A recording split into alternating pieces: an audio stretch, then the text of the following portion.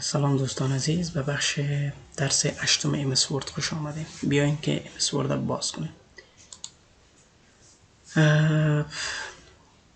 خب دوستان عزیز، ما در درس هفتم الاین خوانده بودیم و جستیفای کنیم چطور میخواستیم یک خط از دو طرف مثلا به شکل منظم بیاریم و بولیتس خوانده بودیم و نمبرینگ خوانده بودیم. امروز میایم مولتی لیول لیست میخوانیم. مولتی لیول لیست چی کار میکنه دوستان عزیز؟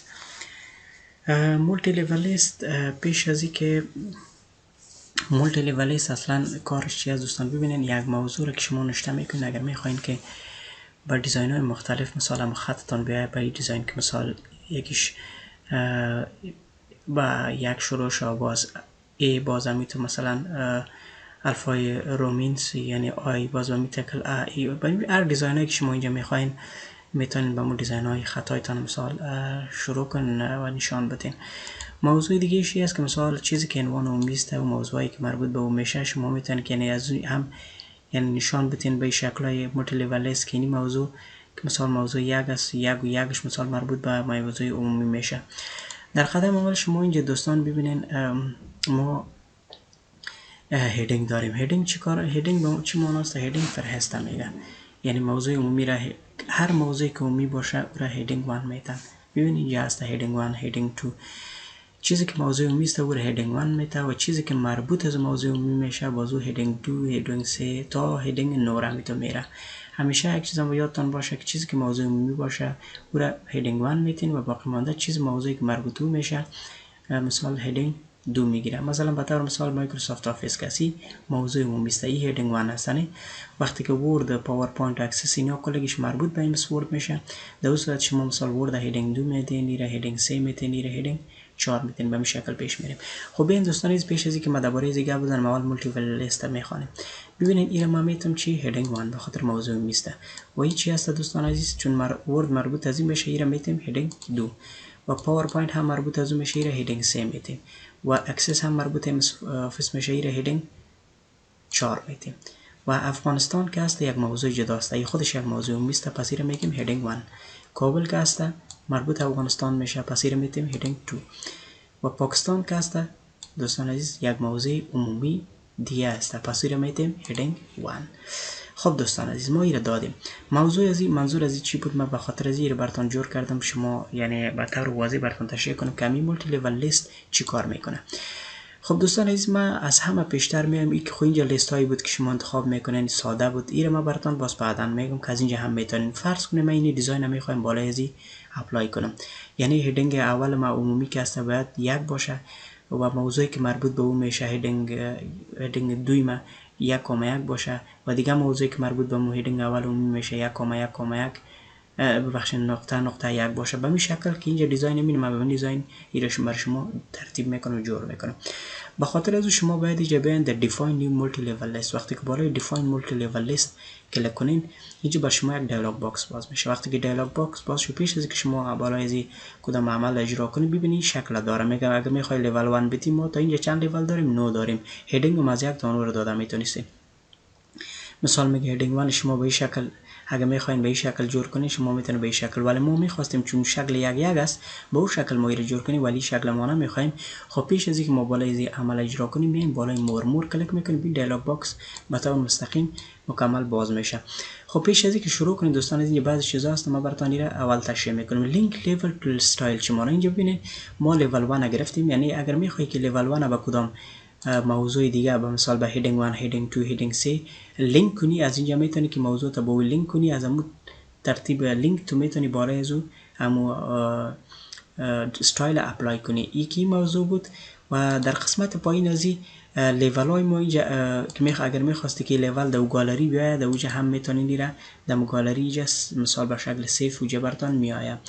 و دیگه قسمت ببینین اینتر نمبرینگ بر ما گفته لیول 1 میگیری به این شکل مثال دیزاین عددت میاد، یعنی عدد به این شکل میاد که یک قوس بازی تا شروع میشه هیدینگ 1 ولی ما خوره نمیخوایم چون ما خود ما میگیم که به شکل 1,1 بیا بس قوس زیر اوس میکنیم اینجا چون ما میخواستیم که 1 پونت لیول اول ما شروع شود. خب و اینجا متوجه باشین که نمبر استایل باید همیشه چون ما چون عدد بوده اونجا ما میخواستیم کلش به عدد بگیریم اینجا عدد بگیرین انتخاب کنین و این که است هم سایزش، این سایزی که دست فاصله بین خط و یک است، اینمی سایز شما میتونید اینجا کم و زیاد کنید در اینجا جای، و از اینجا هم میتونید تعیین کنید در سنتر باشه، در رایت باشه، در کجا باشه، در لفت باشه. و اینجا کاراکتر، بعضی کاراکترها رو اینجا ناتینگ میگیرین، به خاطر از این چون ما میخوایم میره دیگه آپشن بالایش اپلای کنیم. باز درباره تب و اسپیسینگ هم براتون میگم که چه وقت میتونید استفاده کنید. استارت از یک شروع میشه. خب بیایم دوستان از ما چون لیول 1 جور کردیم، لیول 1 ما مثال میگیم میره با هدینگ 1 ما چی کو لینک، یک لینک بده. وقتی که لینک دادی اینجا ببینین میگیم با این ترتیب شروع شد. وقتی که به این ترتیب شروع شد دوستان، اینجا ما بالایش چون اینجا ببین الاین تحت اینجا 0 است، چون از یک است اینجا، فعلا اینجا کدام موضوعی نیست که از مرجع اینجا فاصله نداره چون در حالت 0 است. اگه ما اینو ببینین زیاد کنم، اونجا میبینید شما خط یک ما چی میشه، لیول 1 ما پیش رفته میره، ولی من اینو در 0 میمانم. خب میایم دوستان عزیز بالای لیول 2. بالای لیول 2 که کلیک کنیم ببینید در لیول 2 اینجا میبینیم میگه اگه میخوای به لیول 2 تا این عدد بدی، نه ما اینجا اول میم نمبر لیول، چون ما میخوایم لیست لیول نمبر استایل فور دیس لیول، ما میخوایم عدد باشه چون عدد اینجا میگیریم 1 2 3. ما این قوس رسوم میکنم، پیش از یک نقطه ایمانم میرم به قوزی و من هیدینگ لیول 2 خود با هیدینگ 2 چی میکنم لینک میتم. در این صورت شما ببینید لیول 1 همیشه موضوع عمومی است، درست است. هیدینگ اول ما که بود موضوع عمومی بود، چون هیدینگ 2 مربوط هیدینگ 1 میشه. در این صورت اینجا میاین the include level numbering from، اینجا میگین این ارتباط میگیره با لیول 1، چون ببینید اینجا لیول 1 خو 1 بود، در وسط از فقط یک نقطه بگذارید این ارتباط به او گرفت. میایم در لیول 3. لیول 3 خب پیش از اینکه در لیول 3 بیایم در لیول 2 ببینید دوستان اینجا خط چه قسم است، 1 است. باز اینجا ببینید همین تو پیش رفته کمه. اگه میخواین دیزاین پایین بس طور منظم پایین از یک بیا، یعنی پایین حالا یک نقطه او چیز است، باید میخواین که 1.1 هم پایین از بیا، فقط این 0 کنیم ببینید چیز آمد. خب میایم در لیول 3. لیول 3 رو ما لینک میتیم با چند هدینگ 3. اینجا میگه لیول 3 میخوای به شکل باشه، نه ما با دیزاین نمیخوایم، ما میخوایم که این با شکل چی باشه، یک نقطه. حالا ما در عقب از میرم، اینجا شما کوشش کنید که نمبر بگیرین. خب ببینین وقتی در عقب از ما رفتم کرسر خودم ماندم چون هدینگ 3 است. هدینگ 3 مربوط به هدینگ 2 میشه، هدینگ 2 مربوط به هدینگ 1 میشه. اینجا میگم هدینگ 3 مربوط به هدینگ 2 است نقطه. باز در عقب از میرم، یعنی به تعقیب از او یه تعقیب میکنه، باز هیدینگ 1 میتونم، باز یک نقطه در وسطشان. خب دوستان از این بودی. میایم بالای 4م چون لیول 4 است. خب پیش از که لیول 4 بریم میخوایم که ایره سایز هیچ 0 کنیم که منظم شود. میایم در لیول 4. در لیول 4 آمدی میره با هیدینگ 4 وصل میکنه. هیدینگ 4 وقتی که بالای هیدینگ 4 وصل کردیم میگه به این شکل است، ولی ما میخوایم اینجا عدد تو تیار گرفتگی است. این قوس زیر اوس میکنم، بعد قوس اوس کردم از پشترم قوس اوس میکنم، اینجا نقطه برای میمونه عقب از میام، چون هیدینگ 4 ما با تعقیب چی است؟ تعقیب هیدینگ 3 است، با تعقیب هیدینگ 2 است، با تعقیب هیدینگ 1 است. یعنی منظور چی است که لیول 4 ما که است هیدینگ 4 فرهستش تعقیب میکنه 3 و 3 تعقیب میکنه 2 تعقیب میکنه 1. در اینجا میاین در include level numbering میگین چی است؟ هیدینگ 3 است با تعقیبش. باز در عقب از میاین میگین 2 با تعقیبش است، باز نقطه میگذارین، باز میاین در عقب از میگین اینجا با تعقیبش چی است؟ 1 است، باز نقطه میگذارین. خب این بود هیدینگ ما دوستان عزیز. اینجا 4 تا جور کردیم، شما میتونید تا نورا میتونید. ما بالای این کلیک میکنم اوکی. ببینید دوستان عزیز واضح تر بر شما اینجا مشاهده میشه که موضوع عمومی چی است؟ مایکروسافت آفیس ورد است، درست؟ وقتی که مایکروسافت آفیس ورد است در مایکروسافت آفیس ورد چونی موضوع عمومی فرهست عمومی است. ورد مربوط از این میشه یا نمیشه، چون اینجا برای یک نمبر داد یک، یعنی حال واضح تر شما میفهمید که 1,1 این مربوط به ام اس ورد میشه، 1,1,1 این مربوط به ام اس ورد میشه، ام اس آفیس میشه. ببینید به این ترتیب اکسس همچنان مربوط از میشه 1,1,1 داد، ولی افغانستان یک موضوع دیگه بود، موضوع دوم بود، چون هیدینگ 1 گرفته و موضوع دوم بود. ببینید کابل مربوط افغانستان میشه 2.1 گرفته. اگر من مثال اینجا که در بین از و از فرض کنیم من اینجا میام کلیک میکنم نوشته میکنم لوگر، مثلا اگر من لوگر نوشته کنم، درست از دوستان عزیز لوگر من نوشته کنم، و پایینش انتر کنم مساوی قوس شروع قوس بسته یک موضوع درباره مثال لوگر. چون این لوگر خودش موضوع چی هست؟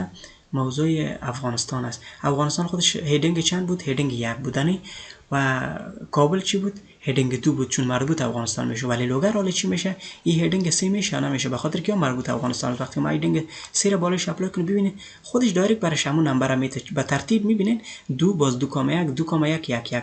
ما اگه اینجا مثال یک موضوع دیگر رو نوشته کنم، به طور مثال ما نوشته میکنم چی؟ نوشته میکنم مثال پکتیا رو نوشته میکنم. ببینید من انتر میکنم مساوی رند قوس شروع قوس بسته. یک چیز درباره پکتیا است. درست دوستان عزیز؟ خب وقتی که خب به نظر ما یک کم تعداد اعداد زیاد نوشته کردیم، چی دیگه رفت. خب میایم اینجا خیر بالا میایم یک کم میکنیم. خب اینا ببینیم ما این موضوع پکتیا که است هم موضوع افغانستان است، چونی عمومی بود. هیدینگ 1 بود، هیدینگ 2 بود کابل، هیدینگ 3 لوگر بود. این چی میشه؟ هیدینگ 4 میشه. اگه ما حالا بیایم بالای هیدینگ 4 کلیک کنم ببینید دوستان به طور منظم 2,1 2,1 2 1 1 1 به این شکل چقدر منظم آمد. پاکستان چی هست؟ این خودش هم یک هیدینگ است. اگر ما اینجا بیایم انتر کنم مثال نوشته کنم پشاور مثال مساوی رند قوس شروع 1 اینجا انتر کنم ببینید پاکستان یک موضوع عمومی است. درست 3 است. هیدینگ چی است؟ هیدینگ 1 است به خاطر که یک موضوع عمومی است، فهرست عمومی است. ولی چی میشه پس؟ پشاور هیدینگ 2 میشه. وقتی که 2 بودم 3.1. به همین ترتیب شما هم میتونین پایین برین، یعنی به این شکل خطایتان اگه میخواین دیزاین بتین یا جور کنین هم میتونین جور کنین. امید که دوستان این موضوع رو براتون خوبتر تشریح کرده باشم. یکم موضوع پیچیده است ولی قدر پیچیده هم نیست. اگر خوب متوجه باشین بسیار آسان است. خب دوستان این بود موضوع مولتی لیول است. من میرم کلش کنترل آل میکنم دیلیت میکنم. وقتی که دیلیت کردم دوستان یک چیز دیگر مثال متوجه باشین. ما یک چیز نوشته میکنم مثلا مایکروسافت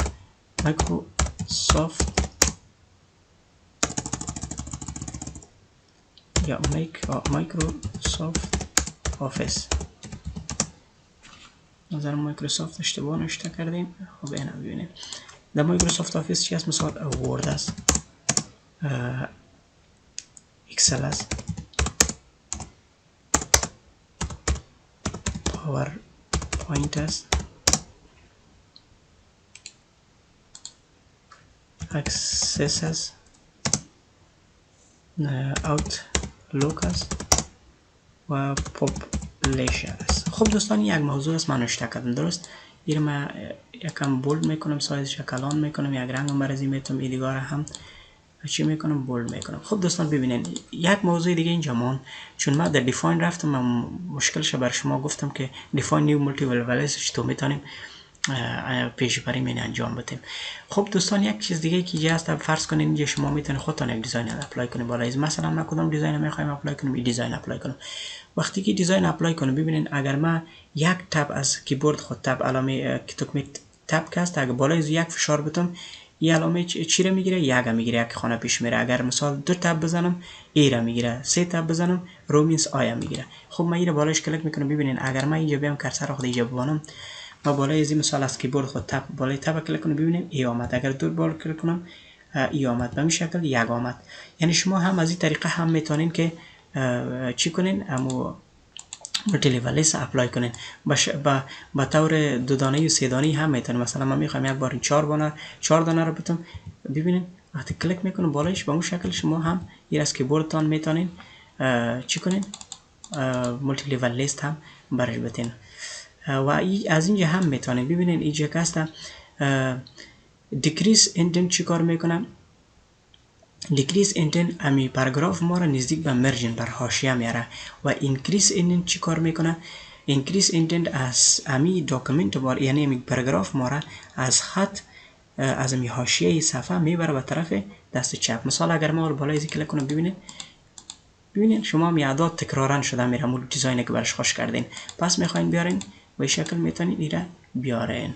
خب دوستان یک چیز دیگه دیگه ماند که چنج لیست لیول است. مثلا ما میخوایم اینجا از اینجا هم میتونیم میخواین بالای از این ما لیول نور چی میکنیم. یا مثلا در ورد میایم ما بالای از یک چنج لیول لیست کدام لیول میخوایم، مثلا میخوایم به لیول 2 رو بالش اپلای کنیم. ببینید 2 آمد. مثال برای اکسل میام اینجا، یعنی 1 تا 1 هم میتونیم. مثال ما میخوایم میره لیول 3 رو بالش اپلای کنیم. ببینید 3 به این ترتیب شما میتونید پیش برین دوستان. از این بود، از این طریقه. امید که فهمیده باشین.